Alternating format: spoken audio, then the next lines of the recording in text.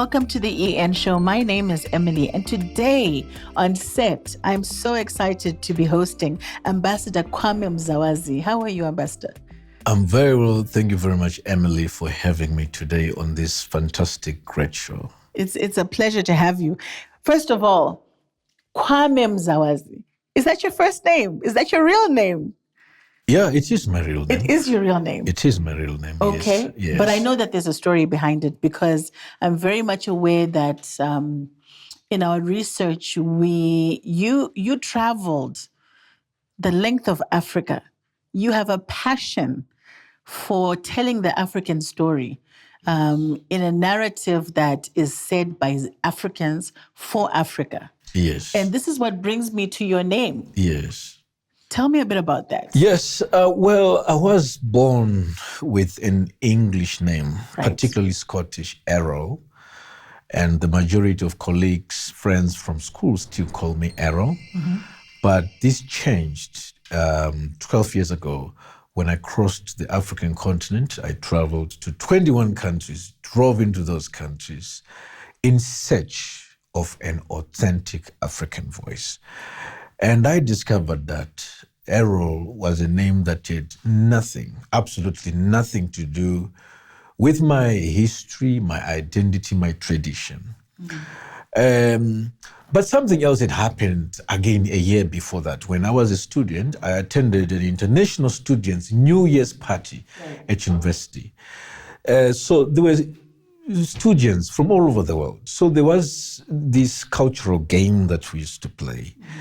People were supposed to tell where you are from by your name. Oh. Now, when I was announced Errol, everybody thought I'm from Scotland, maybe, the USA or some other country. But never Africa. Never Africa. Right. But the most painful thing, Emily, the Japanese had Japanese names. Mm. Okay? The Europeans had European names. The Chinese had Chinese names. The only group of people who had the wrong names were Africans, right. Whether from Francophone, Anglophone Africa or Lusophone Africa. Mm-hmm. So I realized I had the wrong address, name-wise. Yeah.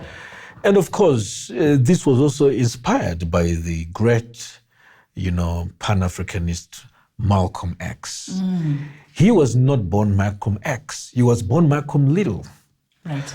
But because he didn't know his heritage, yes. Yes, because these names, these surnames were given by their slave masters. He said, I'll be called X until I know my real name. My heritage. Absolutely. So it's part of, the mental, educational, cultural African revolution to say the time is now for Africans to own their identity and to tell their own story. So it had to start with me. And of course, my parents were not happy with that, naturally. But as an African revolutionary, it must start at home.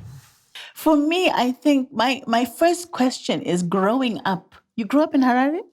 Absolutely. And what was the reaction outside of being upset from your parents when you consciously said, this name that you've given me that I've had for so long, I'm discarding it because it doesn't mean anything to me. I can't identify with it.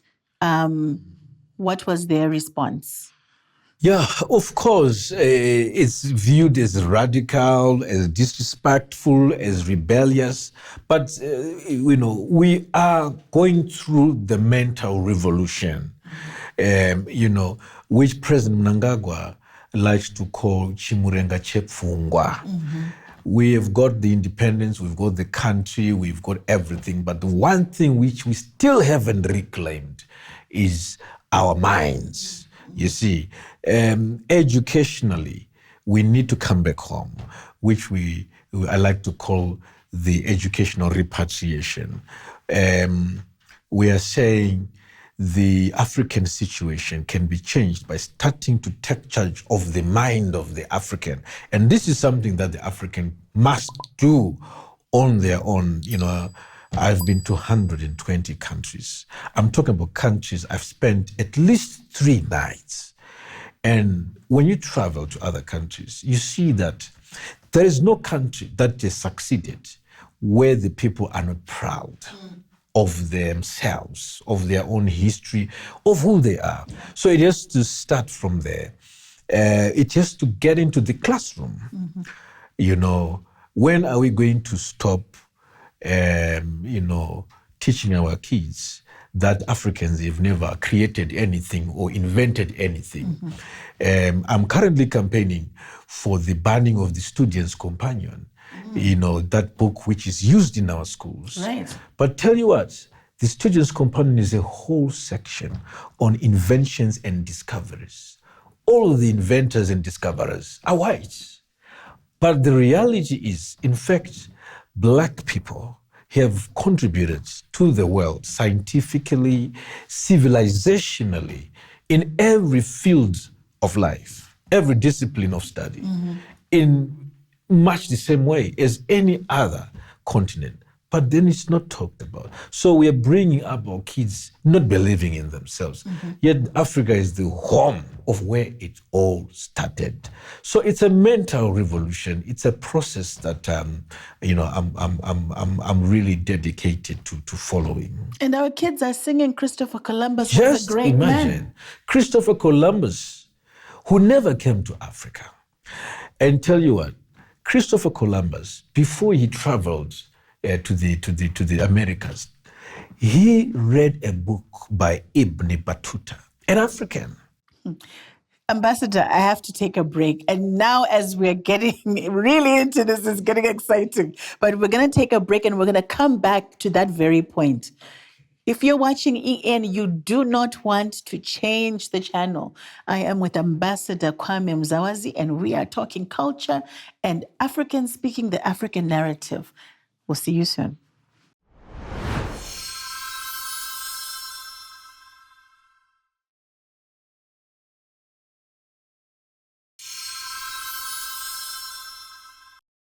This is EN, and welcome back to the show.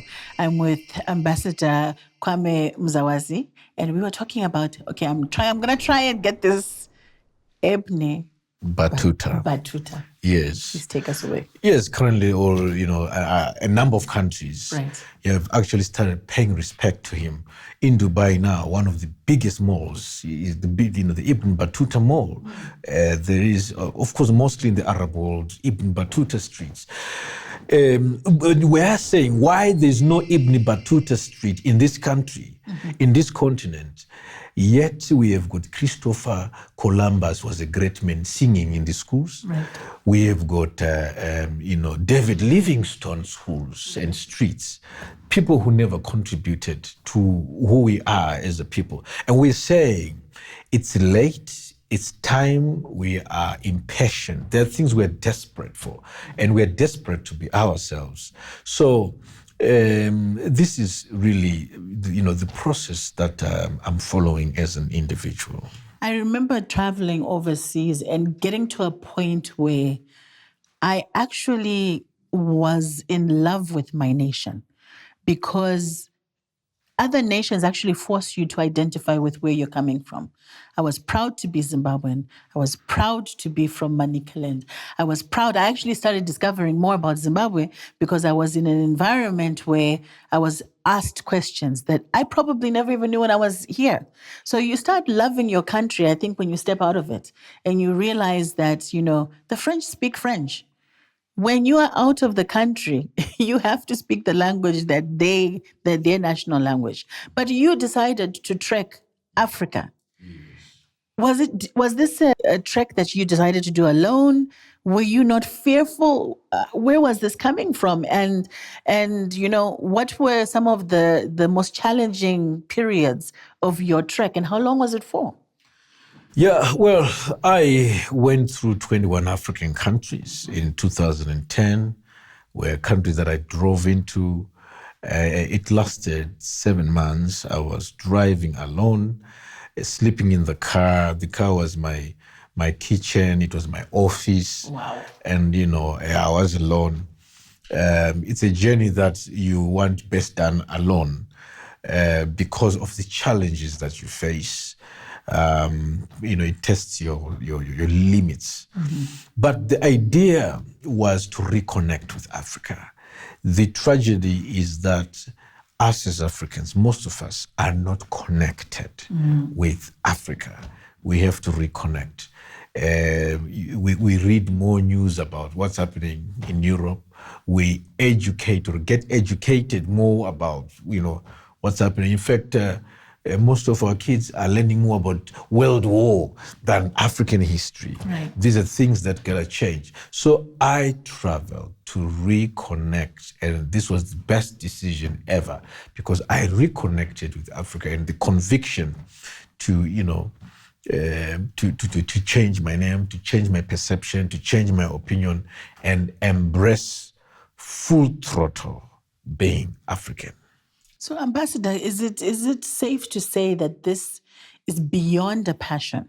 This is truly a calling that you have, because I think looking at your history, it's something that you may have started at a young age, but it's now even transcending into the job that you are currently holding and the project that you're currently working on. Maybe you'd like to share a bit about that. It's the life. I know nothing beyond that. Talking Africa, sleeping Africa, eating Africa, and how we can make our continent, our place, the best place to be. And I've worked and helped come up with the Africa Fact Book, which is really the Bible of Africa finding itself. The title of the Africa Fact Book is Busting the myths that Africa has no history, that Black people cannot think, the myth that Africa is all about four things: corruption, darkness, hunger, and poverty. Right. If you turn on your television and watch some of these international news channels, it circulates around these four themes. These are the myths that we are busting. The myth that Zimbabweans, local indigenous people, did not build the great Zimbabwe. These are myths that we are busting. As gorgeous as that place is. Well, absolutely. And then when you look at the Museum of African Liberation, it's a vehicle for Africa to take pride in the achievements that we have performed. Africa is a place of achievement, so many achievements, but not stated, not spoken. Last week I was talking about the need to now demand the Belgian government to repatriate the Lebombo bonds. Lebombo bonds are the oldest evidence of the science of mathematics. The world over, it's known that the history of mathematics began at the Lebombo Mountains, which is found between South Africa and Swaziland. And they're a priceless piece of artifact. And where are they right now? They're in a museum in Belgium. You look at even the science of studying the space, which was launched and pioneered by the Dogon people of Mali. Africans were far ahead in these sciences.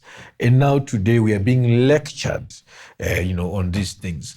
So we have to talk about these things and introduce them into our schools so that our kids can come out of those schools. So the fact book and the Museum of African Liberation are educational tools, for the reclamation and repatriation of African identity and pride. That's incredibly deep. I think it is way past time that we became proud of who we are, and that we change the narrative. We're going to take a break, Ambassador, and when we come back, I want us to talk about how we can encourage this new generation to really appreciate the history and to own it and to really conquer the world. Absolutely. This is EN. I'm with Ambassdor Muzawazi, and we will be right back.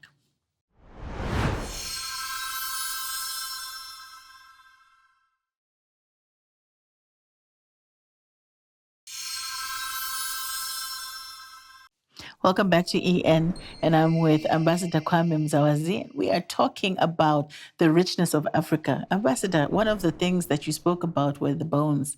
And I'm just thinking to myself, as old as I am, I actually don't know these things. And so there's such a big gap that needs to be filled. And I'm looking forward to seeing the museum, because I think it then creates a central place for people to visit, to upskill, to educate, and hopefully we can start changing the narrative.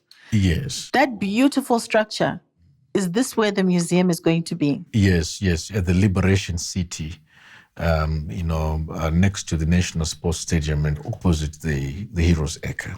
And it will be telling the narrative of Africa, not just Zimbabwe. No, it's the story of the African,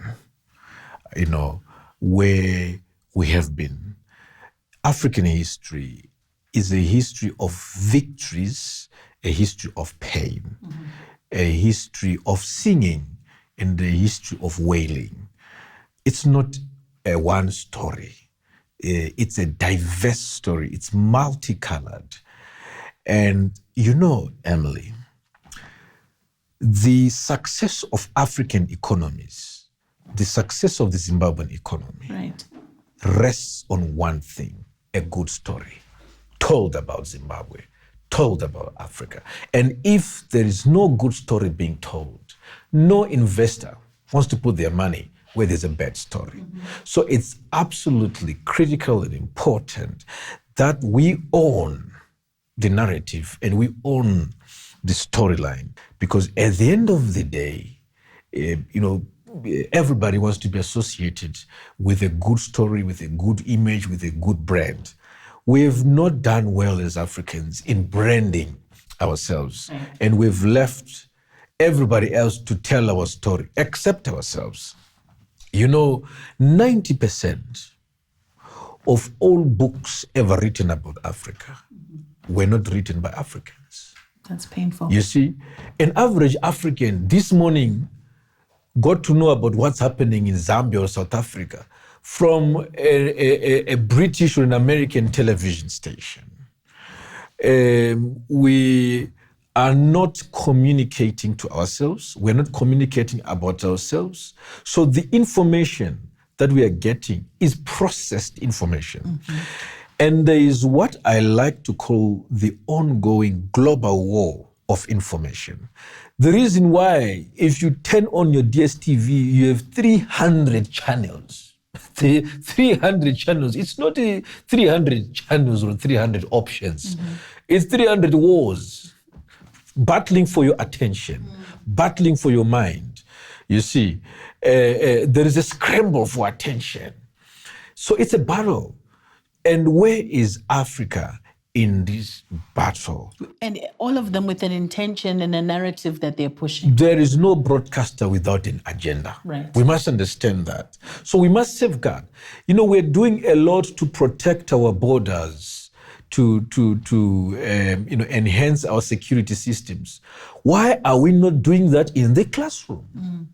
Why are we not doing it in the information sector? Because right now, the imperialist is invading Africa in a soft way. In invasion through the media, an invasion through the classroom. I think the classroom is a battlefront where we are going to win our kids. We're going to win our kids in the classroom or lose them in the classroom. And at the moment, last week, before schools closed, I went into a classroom in Mavuku just to sit for 30 minutes. I was shocked that the teacher was very angry. When they were teaching English, the primary school child said, as white as milk. And the teacher said, no, it's as white as snow. But I said, excuse me, ma'am, snow. We don't even have snow in Zimbabwe. We don't have, so why are we saying it's white as snow?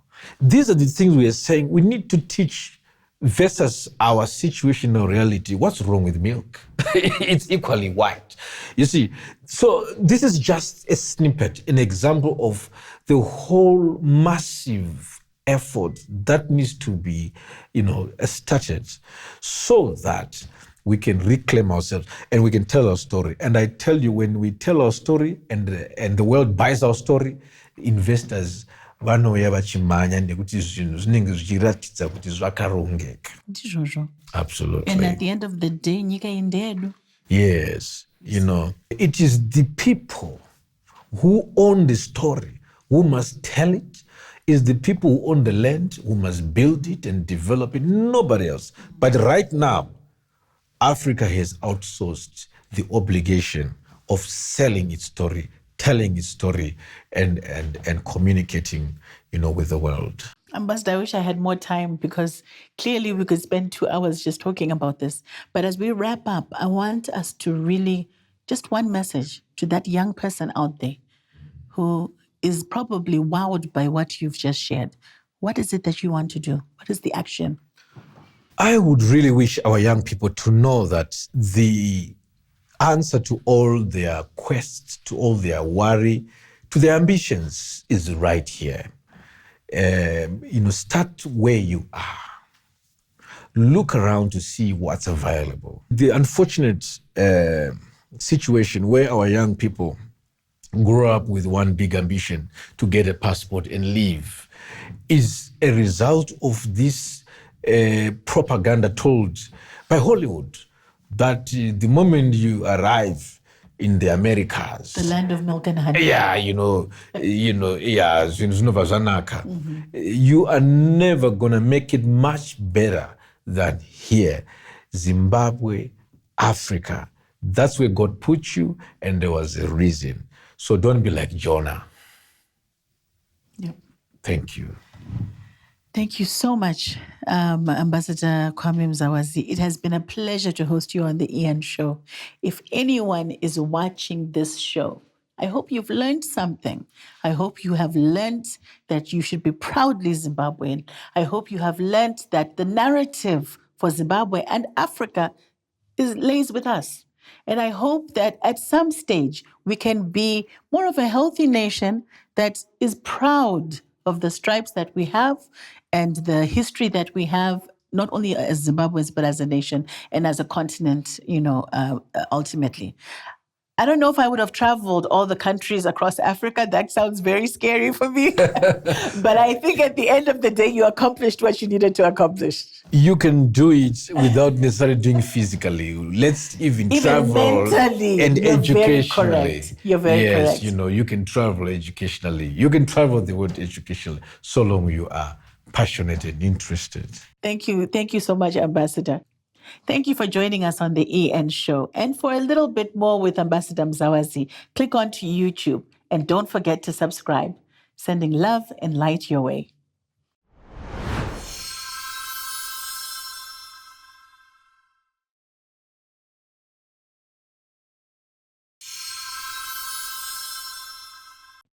Welcome to EN Extra, only available on YouTube, so don't forget to subscribe. Ambassador Muzawazi, you were in the Guinness Book of Records. Guinness Book of Records. How did you make your way into there? I spoke my way. Literally.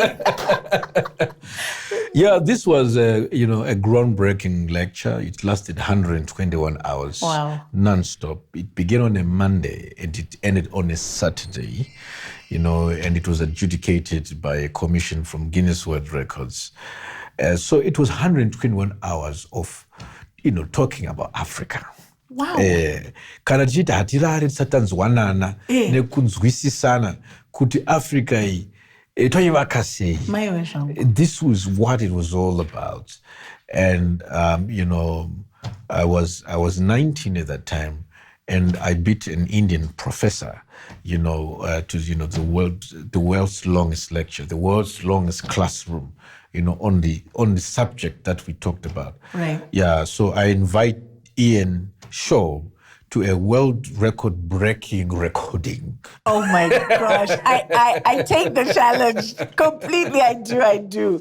But that must have been really, 19 years old, you're talking literally for close to a week, non-stop, 24 hours a day.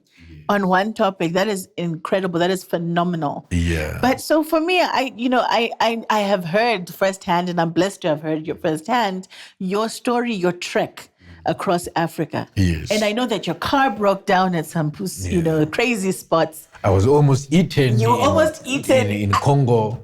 I need you to tell us just a bit of a flavor of all of those incredible, Yeah, no, it was 7 months of, struggle after struggle. I was driving from town to town, border to border. The issue of visas was my biggest frustration. I went to 21 countries and I needed visas to 17 of these countries. Right. But what I wouldn't accept is the fact that with a Zimbabwean passport, I needed 17 visas to visit 21 countries. But a European Union passport holder or a USA passport holder would need only 4 visas. And this is Africa, 50 years after independence. Making it harder for us. We must all get onto the streets and start marching tomorrow, remove the visas for Africans traveling in Africa. We need free movement of people, of goods, of capital. We need freedom. That's what we fought for. But on the lighter note, African police are always a source of comedy. In one, I won't name the countries as I might be banned forever to revisit those countries. I may want to travel there, so I need, I need security. But I've got a country I went to, and the police stopped me, and they say, you need to leave a souvenir. And they said, the souvenir, why do you need to leave a souvenir? I said, no, because I need to remember you. And so, and I said, well, why can't you just forget about me? So, no, I need to remember you, leave something. So in this country, it's called the souvenir, something to remember the policeman. In some countries, Zimarie Koko.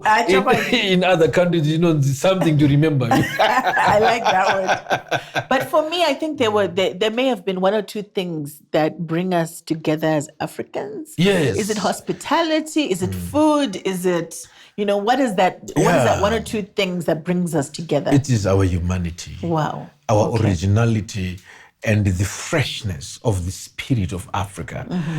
I parked my car in villages where I didn't know anybody. We couldn't speak the same language, but they would allow me to park my car. They would cook for me. And in Mali, I'll never forget in Mali, it was so hot. It was so hot. And I had, I had a tire puncture, and I was 7 kilometers away from the nearest service station. Because I had run out of funds, I didn't have a spare tire. I was planning to buy one in another city. Mm-hmm. So I had a tire breakdown. And there is a Malian who was, a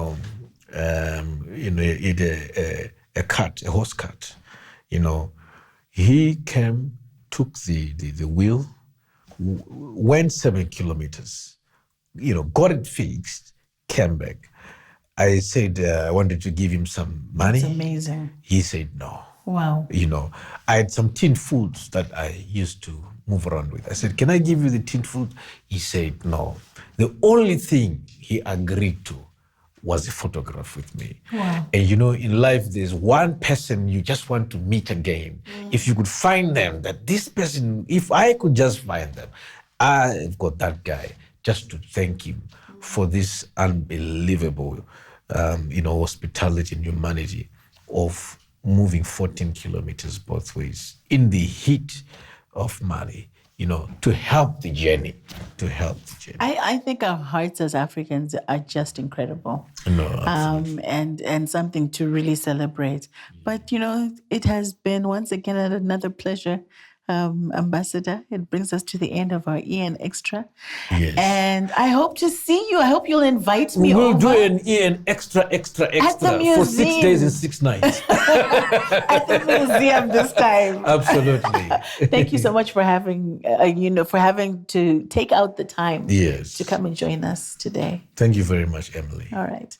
This is EN Extra, ladies and gentlemen, and you have heard it on the EN Show. If you're not proud to be Zimbabwean, you need to recheck yourself. Be proud. I certainly am. This is EN sending love and light your way. And don't forget to subscribe. See you soon.